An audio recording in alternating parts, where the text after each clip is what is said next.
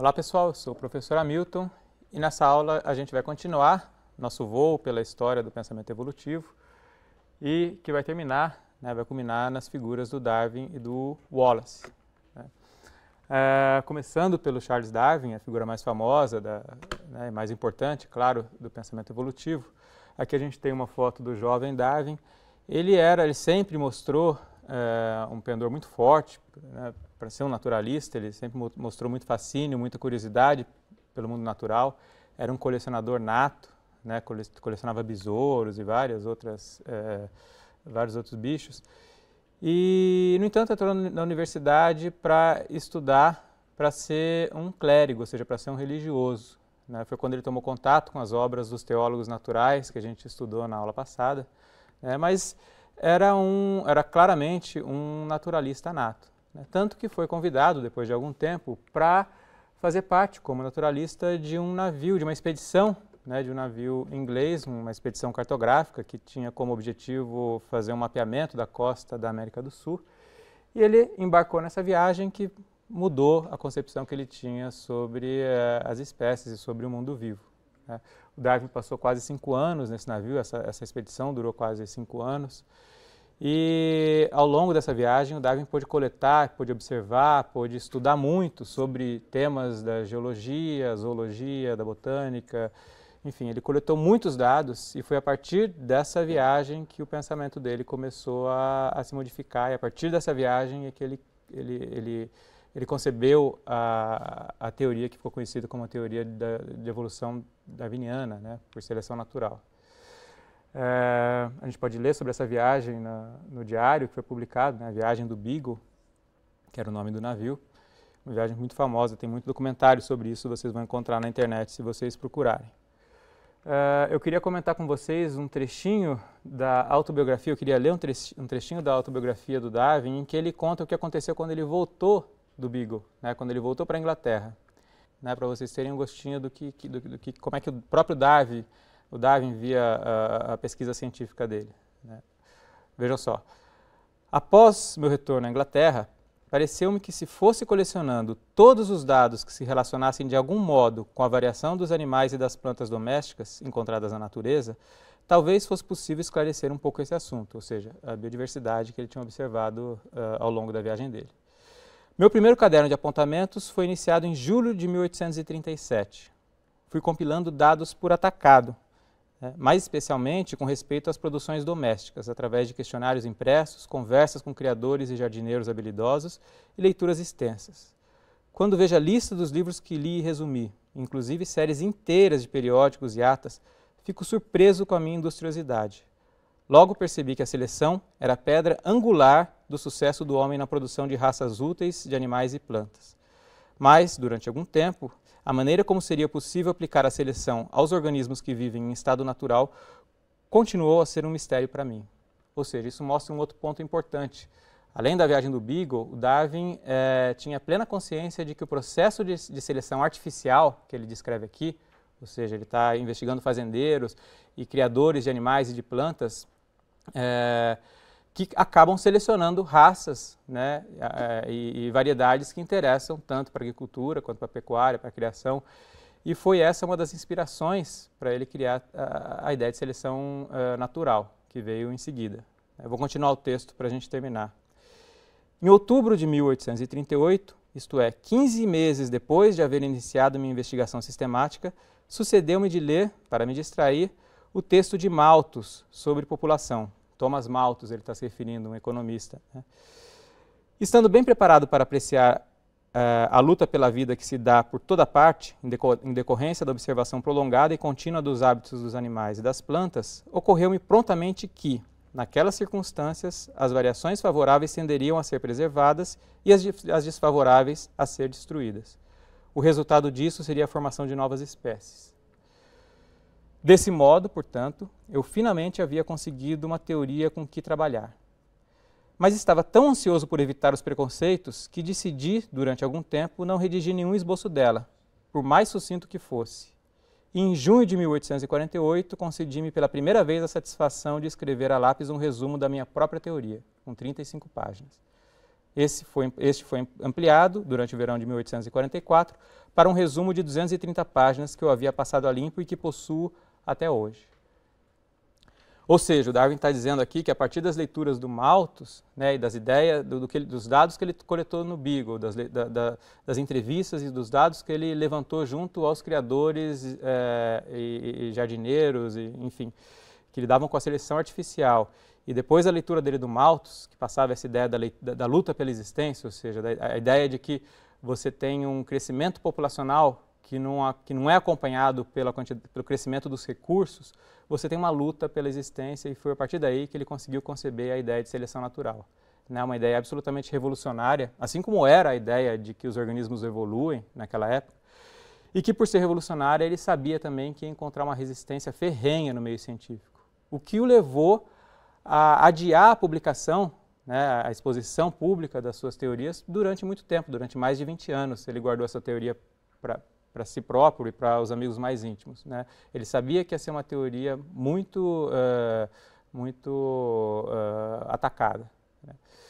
Até que, em 1858, ele recebeu uma carta de um amigo que estava na Indonésia e perguntando a opinião dele sobre um artigo em que ele propunha uma teoria muito parecida, né, e que propunha a seleção natural também como, né, não de maneira explícita, mas uma teoria muito parecida com a dele, que foi o Wallace. Né. O Darwin, quando recebeu essa carta, ficou assustado, falou, vou perder a originalidade da minha teoria, conversou com alguns amigos, e eles resolveram publicar, em 1858, né, apresentar à Sociedade Científica Linneana, de Londres, as duas teorias simultaneamente. Então foi publicado o artigo do Wallace, né, e o artigo do Darwin ao mesmo tempo. Né. Eles foram duas teorias propostas de maneira independente, mas que foram publicadas no mesmo ano. Né. No ano seguinte, o Darwin escreve a obra que ficou famosa, em que ele apresenta essa teoria de maneira mais completa e de maneira mais embasada, que é a famosa Origem das Espécies por meio da Seleção Natural, uma obra que foi reeditada durante muito tempo, que possui várias traduções em português, vocês vão encontrar, claro. Né, e aí ele propõe a teoria dele de maneira mais acabada, e aí, a partir de 1859, o darwinismo, claro, vem sendo discutido e debatido. A recepção do darwinismo não foi fácil, né, principalmente porque o darwinismo propunha uma série de coisas sem ainda um conhecimento mais sofisticado da biologia que a gente tem hoje. Vocês vão ver na aula que vem, né, mecanismos genéticos, principalmente, que não eram conhecidos na época, mas dos quais a teoria darwinista carecia ainda para ser uma teoria completa. Né. No entanto, era uma teoria revolucionária, muito bem embasada, e eu vou comentar alguns pontos dessa teoria, né, proposta pelo Darwin, né, que mudou tanto a biologia. A primeira coisa que o Darwin propõe é que a evolução é um fato, ou seja, a evolução de fato ocorre, ela acontece. A essa altura, depois de todos os dados que o Darwin tinha levantado, não restava dúvida quanto ao fato da evolução. Você tinha a presença, por exemplo, de homologias, de semelhanças funcionais. Você pega, por exemplo, a asa do morcego, a nadadeira de um golfinho, a pata de um animal terrestre, de um mamífero, e você vê que existem os ossos que compõem essas três estruturas, que funcionalmente são muito diferentes, né? Uma relacionada ao voo, a outra ao deslocamento terrestre, a outra ao nado, e a estrutura óssea é muito parecida. Ou seja, como explicar isso? Né? Como explicar essa semelhança? Se eu imaginar que um criador criou essas espécies, por que ele teria feito as coisas de maneira tão semelhante? Um projetista provavelmente faria diferente, faria uma estrutura mais parecida. É difícil explicar isso pensando na ideia de um criador. Você tem, por exemplo, os órgãos vestigiais. Como explicar órgãos, vestígios de órgãos que você observa em alguns animais, se não pela ideia de evolução? E vários outros. O Darwin, além de tudo, era um geólogo ele conhecia muito de geologia e usou esse conhecimento para embasar também a teoria da evolução. Ou seja, o fato é que na Origem das Espécies está colocado lá que a evolução é um fato, a evolução ocorre. Né? Que era um assunto ainda era, no século XIX, ainda era em 1859, uma ideia muito debatida. Outra coisa que o Darwin propõe na Origem das Espécies, também revolucionária, é o fato de que os organismos possuem ancestrais comuns. ou seja, aquela ideia que hoje é comum para a gente da árvore da vida, ou seja, você tem organismos, uma árvore que vai se ramificando, né? E em dois pontos dessa árvore, em vários pontos dessa árvore, você tem ancestrais comuns que vão dar origem a duas espécies diferentes. Se eu pegar, por exemplo, e ampliar aqui o pedaço onde está o homem dessa árvore, claro que isso é só um esquema, você tem aqui o chimpanzé divergindo do homem a partir de um ancestral comum que está aqui, né? Outros primatas divergiram antes, né? Isso vai contra a ideia corrente hoje, de que o homem evoluiu a partir do macaco. Essa é uma ideia incorreta, é uma concepção que muitos estudantes têm, o leigo possui, até porque a mídia veicula esse tipo de imagem, mas que não corresponde à realidade, né? O homem não evoluiu a partir do macaco, mas sim o macaco, pegando o chimpanzé como exemplo, e o homem evoluíram a partir de um ancestral comum.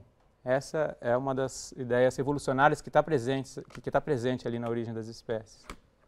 Outra coisa é que a variação dentro de uma espécie é que vai causar, ou originar a diferença entre as espécies.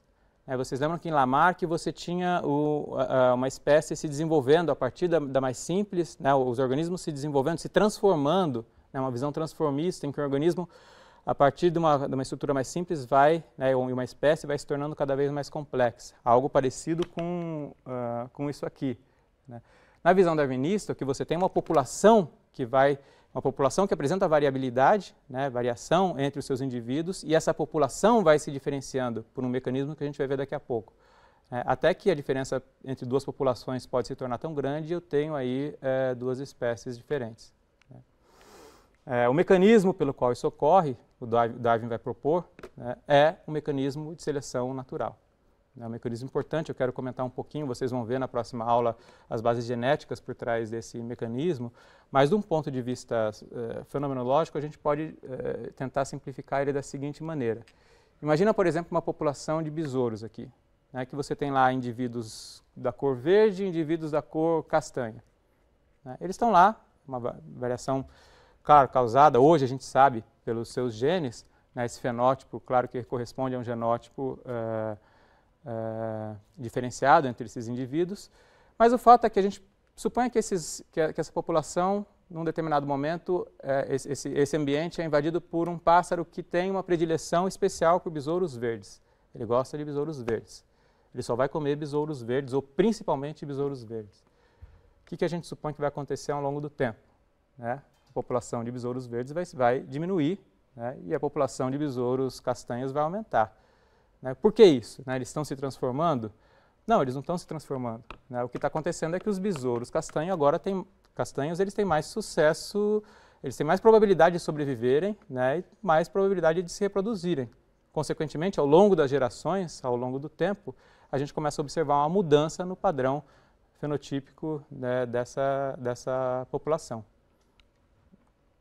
Bom, a gente poderia dar vários exemplos, então aqui está só um esquema mostrando essa diferença, ou seja, o que mudou aí foi a população, e não os indivíduos de cada população, eles não se transformaram, a população se transformou.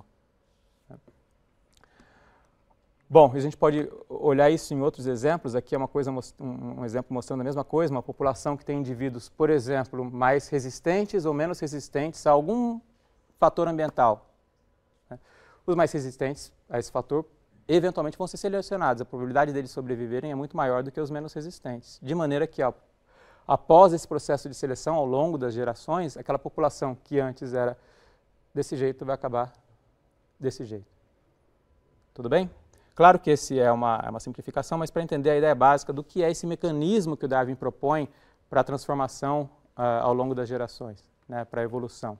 Esse mecanismo evolutivo que ele chamou de seleção natural. O que precisa acontecer para que ocorra seleção natural? Algumas coisas precisam acontecer. Uma delas é que precisa haver, a gente já viu, variação entre os indivíduos dentro de uma população. A variação é a base desse processo. Se todos forem iguais, todos vão ter a mesma probabilidade de sobreviver, a mesma probabilidade de se reproduzir, é impossível haver seleção natural. Consequentemente, impossível haver evolução por meio da seleção natural. É necessário que exista uma reprodução diferenciada entre os indivíduos que possuem essa característica e os que não possuem essa característica. E, por fim, é claro, é necessário que essa característica seja herdável. Claro, se eu não puder passar essa característica para a minha descendência, né, se um organismo não puder passar essa característica para a descendência, também não vai haver seleção natural. Né? Se isso tudo acontecer, a seleção pode acontecer. Por fim, a última tese que contém a origem das espécies é a ideia de que o processo evolutivo é gradual, ou seja, é um processo lento, gradual, que não admite saltos, né, e que acontece ao longo de gerações. Para isso, ele necessita de um tempo longo para ocorrer. Tudo bem? É claro que eu preciso de registro fóssil de tudo isso, e o desafio foi depois encontrar o registro fóssil que embasasse esse processo lento e gradual que o Darwin propôs. Ou seja, a gente vê que a origem das espécies ela contém uma espécie de, são pelo menos 5 teses, 5 teorias contidas ali na teoria que a gente chama hoje de darwinista. Bom, o que eu queria fazer agora para a gente terminar esse voo panorâmico que a gente deu pela história do pensamento evolutivo, e foi um voo panorâmico mesmo, a gente não entrou em detalhes e a ideia não é encerrar o assunto, não é olhar para esse assunto de maneira exaustiva, mas fazer um voo mesmo, tentar entender as principais ideias evolutivas. Né? Eu queria comparar o pensamento dos antigos, que a gente olhou, né, que a gente estudou nas aulas anteriores, com o pensamento pós-Darwin. Né? Então a gente tem, por exemplo, o pensamento antigo, que era essencialista, tipológico, né? E se a gente comparar com o pensamento pós-Darwin, a gente tem um pensamento populacional, ou seja, o que importa são as populações. Né? O que importa não são as essências, mas sim a variabilidade, a variação dentro de uma população. É uma mudança de olhar os seres vivos. A gente tem uma mudança de um mundo estático, ou seja, essa visão fixista das espécies, para uma visão evolucionista, ou seja, um mundo dinâmico, um mundo sempre em transformação, tanto o mundo inanimado quanto principalmente os seres vivos. A gente tem a substituição de uma visão finalista, teleológica dos seres vivos para uma visão que eu chamei de mecânico-causal, ou seja, a seleção natural ela oferece um algoritmo, um mecanismo pelo qual os organismos se modificam, né? Um mecanismo pelo qual as adaptações ocorrem. A gente substitui um pensamento antropocêntrico, lembra lá da escala natural do Aristóteles, daquela visão da teologia natural, do homem como ápice da escala, dessa grande cadeia do ser, por uma visão não antropocêntrica do Darwin. Né? Lembra daquela árvore da vida que ele propõe, em que o homem é apenas mais um ramo ali, mais um galho dessa árvore, né? E não o ápice da evolução.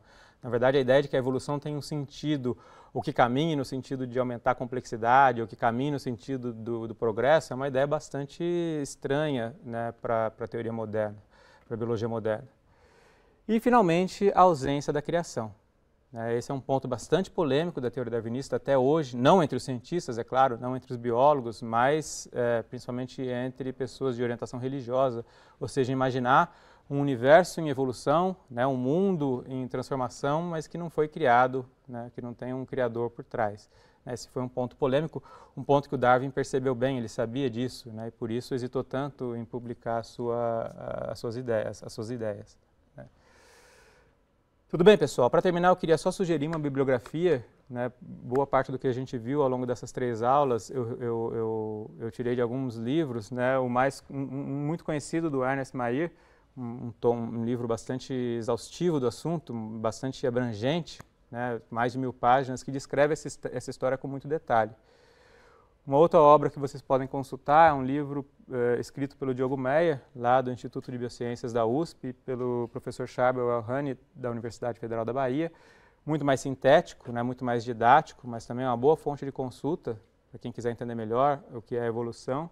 E, finalmente, o livro do professor Nélio Biso, lá da Faculdade de Educação, também da USP, em que ele faz esse passeio histórico também, comparando o pensamento do Aristóteles, do Galileu e do Darwin, e ajuda a gente a compreender como é que se deu esse processo.